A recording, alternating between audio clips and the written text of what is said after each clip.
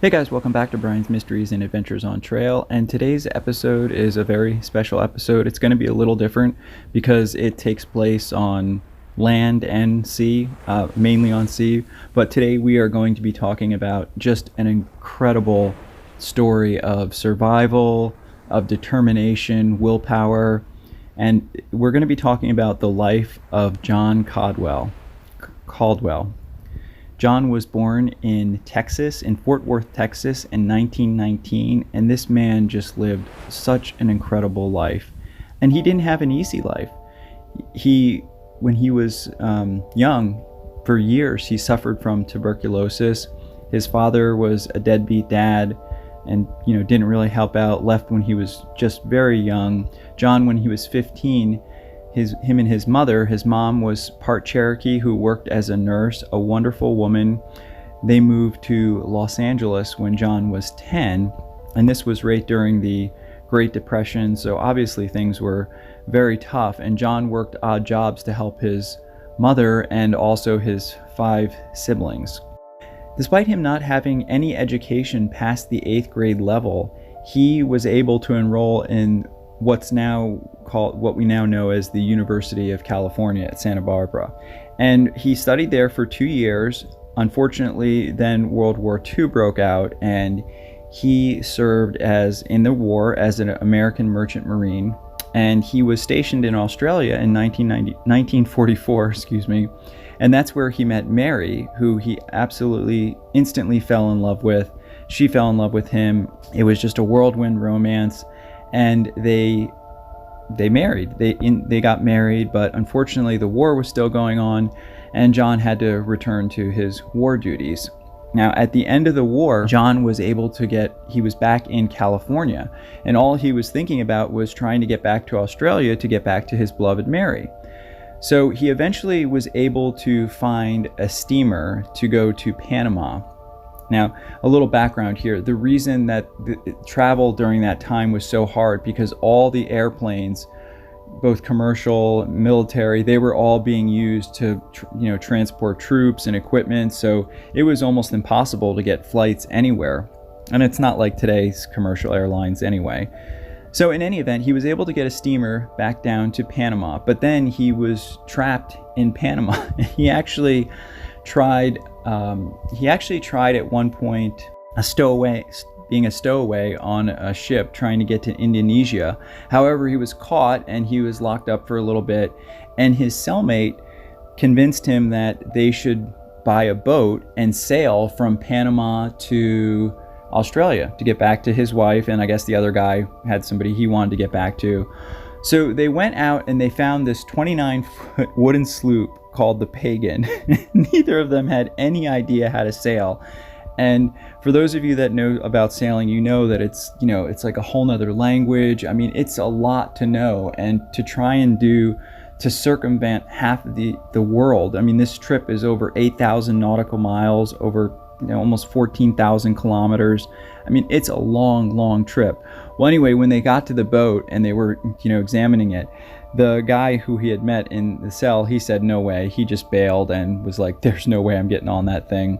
So John hung around the marinas and piers in Panama, desperately searching for another companion, because he knew he didn't know how to sail at all. He'd never been sailing, and he desperately wanted someone to go along with him. But obviously, not to anybody's surprise, no one was willing to get on this small 29-foot sailboat and try and sail across basically half of the world with someone that never had sailed before. So John bought a book called How to Sail. He started loading up the boat with all kinds of supplies, and he got a surprise because he found 2 cats that were living on the boat. So he had some company after all.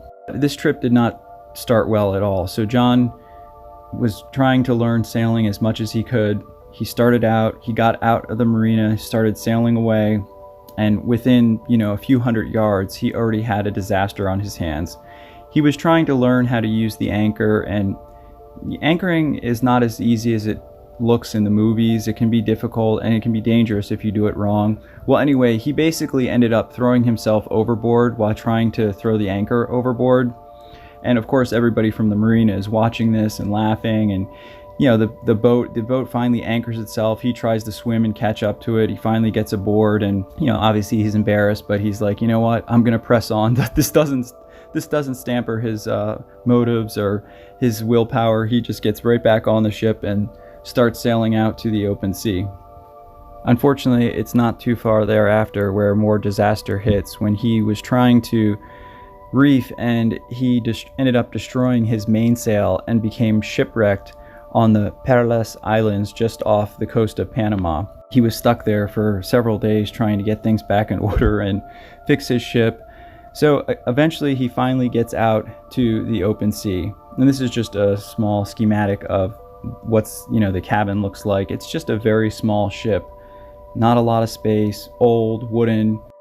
After he gets past the Perlas Islands, he once again ends up falling overboard, and he actually at this time was trying to rig up one of the sails, and the sail went overboard with him, and he just barely made it back on board alive. He decided that, he was going to try and ration some of his food and supplies, which is actually a smart idea. Again, this was obviously motives just out of love and desire and passion, which I think is wonderful, but at the same time, it's just an unbelievable idea that he thought he was going to be able to do this by himself, having never sailed before. And the South Pacific are some of the roughest seas in the world. He decided one morning that he was going to go fishing, and he's fishing, and he ends up catching a really big fish. He's not sure what it is.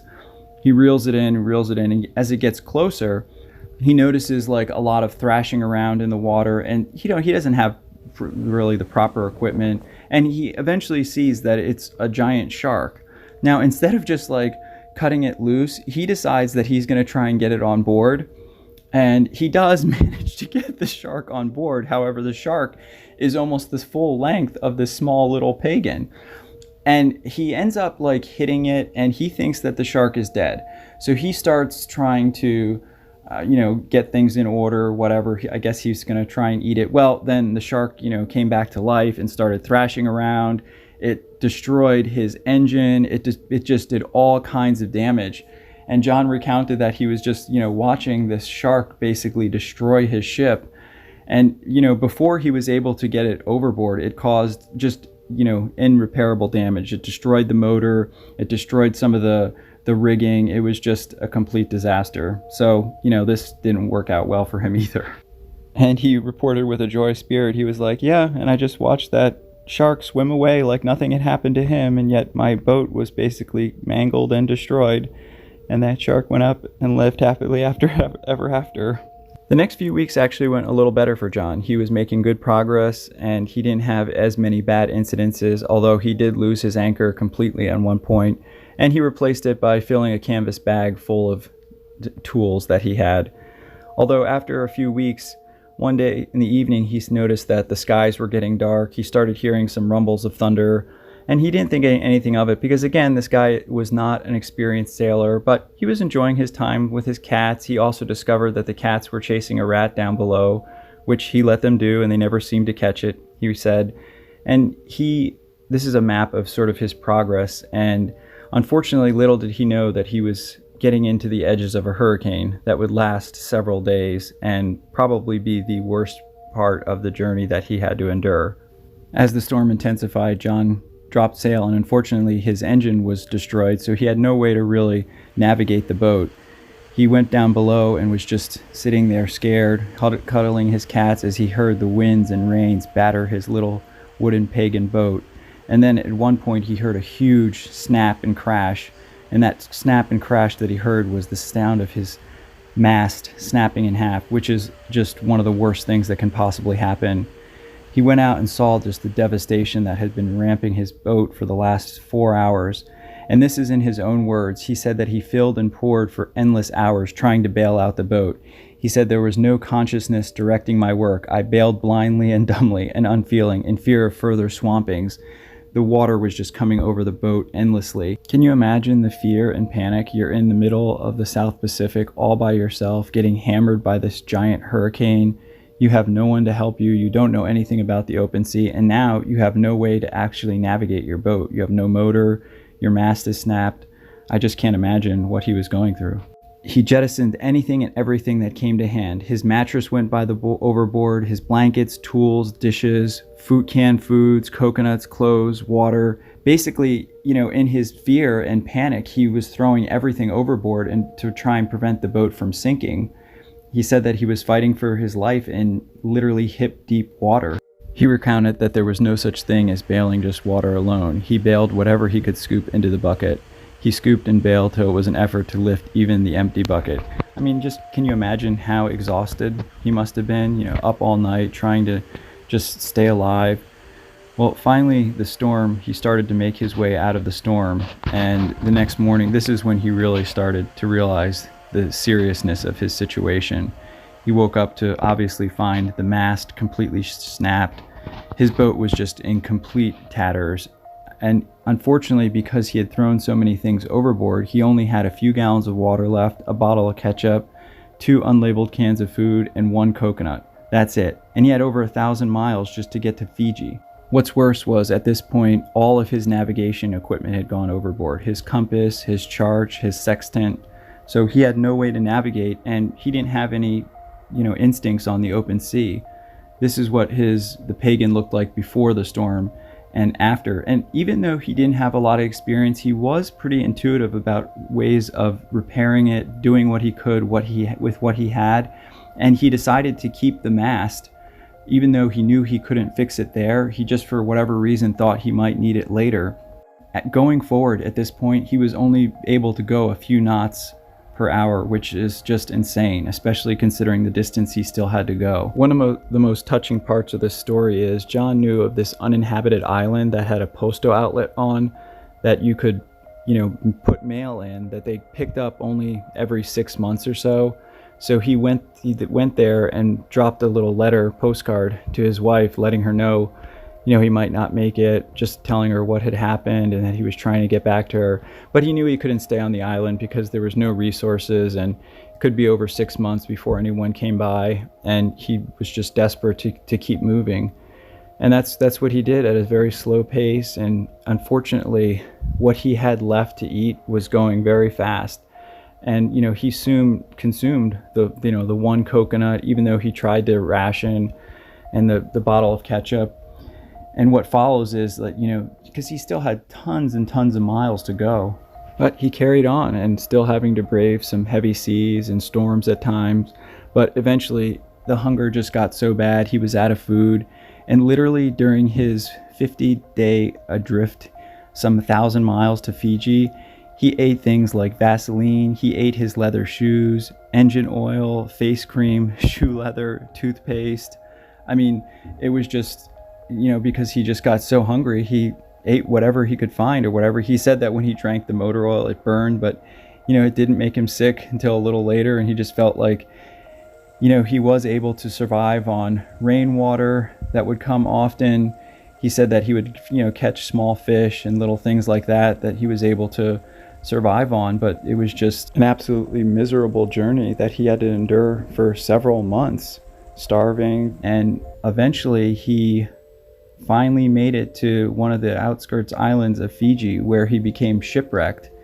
And the fact that he had kept his mast actually saved his life, because he was shipwrecked off the coast of the island. He was able to float to land with that mast. And he was just so exhausted, he started hiking up through the jungle, having no idea if there was going to be anyone there. And he struggled with all his might, hiking up through the jungle and thick brush. And he got to a point where there was this big hill, and he just couldn't go any further. And the natives of Tuvutha found him, and they took care of him, and they nursed him back to health for over a month.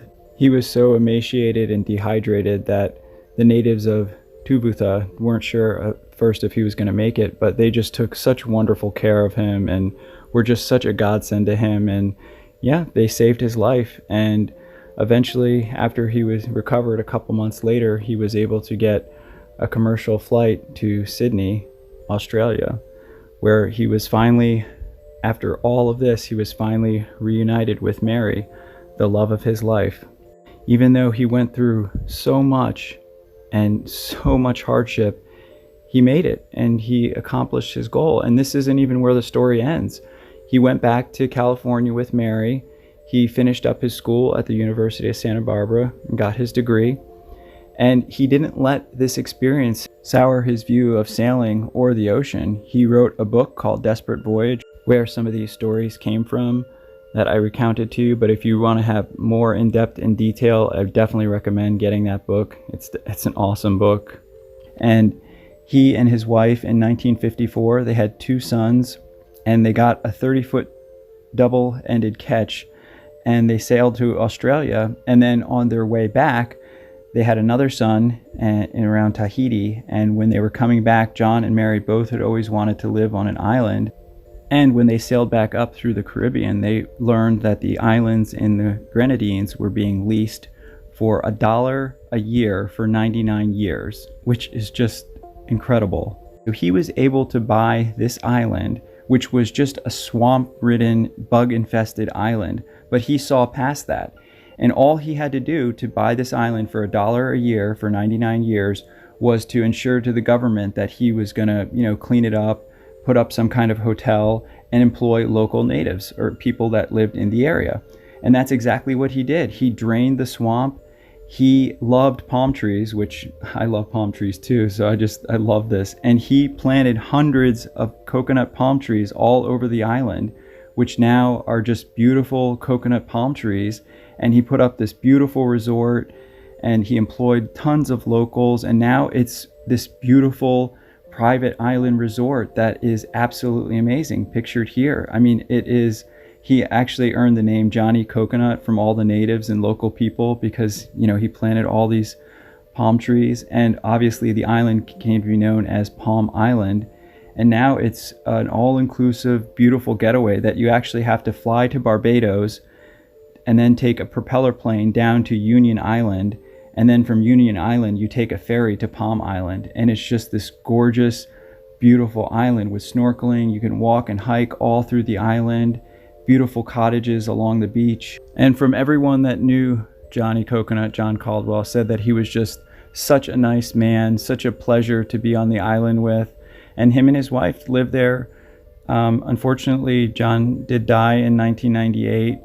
And the resort was sold to another company, but they've kept it up in the same condition. And yeah, I would just like to dedicate this in loving memory of John Caldwell. Just, you're truly an inspiration to everyone, and to show that you can overcome overwhelming odds if you put your mind to it and have that willpower.